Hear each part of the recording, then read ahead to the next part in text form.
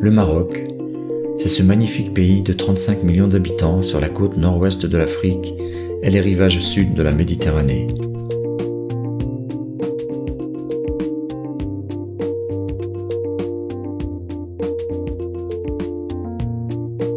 Pour les touristes, le Maroc évoque immédiatement les souks aux odeurs enivrantes d'épices, les palmeraies, les fantasias et ces rites faits de mystère portés par les vents du sud.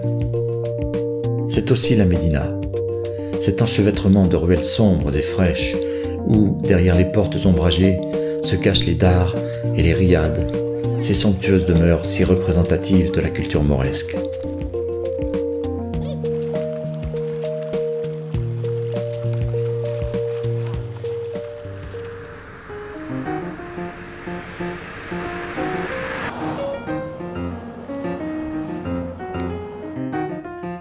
Au milieu des palmeraies se trouvent les casbahs.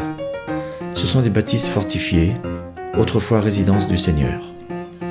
Elles servaient d'abris aux récoltes et de refuge contre les pillards.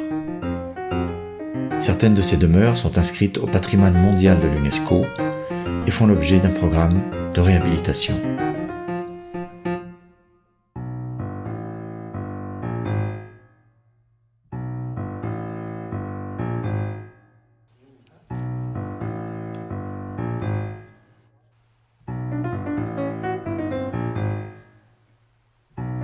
Mais avec du temps et de l'humilité, vous découvrirez les secrets du pays et son peuple.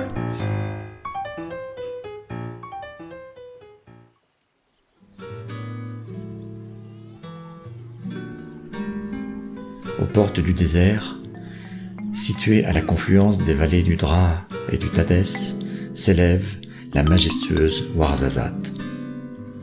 Elle est tout en contraste. Elle est oasis et palmeraie, et aussi vaste plateau désertique, une immensité rocailleuse balayée par les vents sahariens.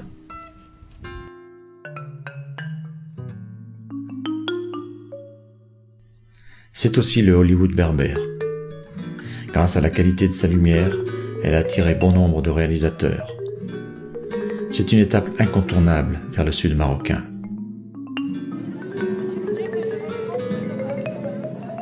Marrakech est une ville à deux visages. Ouverte sur le monde, elle se situe entre tradition et tourisme forcené. Elle peut être très agréable si l'on sait s'y perdre, dans les mille et une ruelles, jouxtant les souks colorés et bruyants.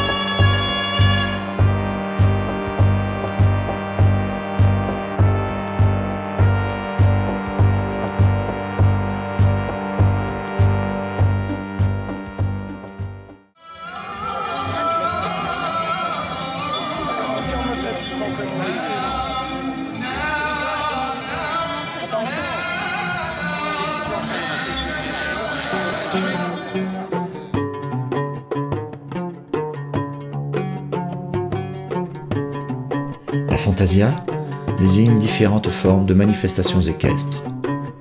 Certaines, d'origine berbère, remonteraient aux cavaliers numides. C'est une fête typiquement marocaine, une ode au cheval arabe.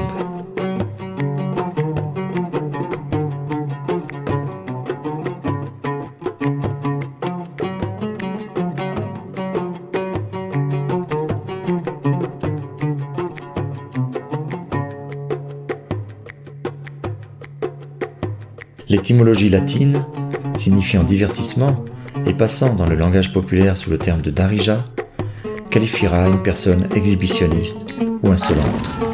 En effet, au cours des fantasias, les tribus marocaines ajoutent, selon les régions, des touches personnelles ostentatoires, soit des jeux au fusil, soit des acrobaties équestres, ou encore des tenues de couleurs vives habillant les montures.